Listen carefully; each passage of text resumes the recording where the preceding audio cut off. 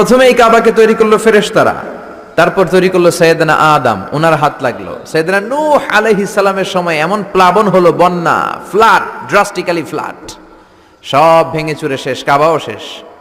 নূহ আলাইহিস সালাম নেমে আবার বানালেন, এরপর বানালেন ইব্রাহিম আলাইহিস সালাম। পড়েন সুবহানাল্লাহ। আল্লাহ একটা ফ্রেম দিলেন, ইব্রাহিম এতটুকু উঁচু করবা আমার ঘরটারে, এতটুকু প্রশস্ত করবা, এতটুকু লম্বা করবা। কিন্তু উনি তো এত লম্বা না, এত লম্বা করবে কেমনে, নাগাল পায় না। বানানোর পরে দাঁড়িয়ে আছে, আর উপরের দিকে উঠতে পারে না। আল্লাহ বললেন, don't worry about it, I am sending a beautiful stone from paradise.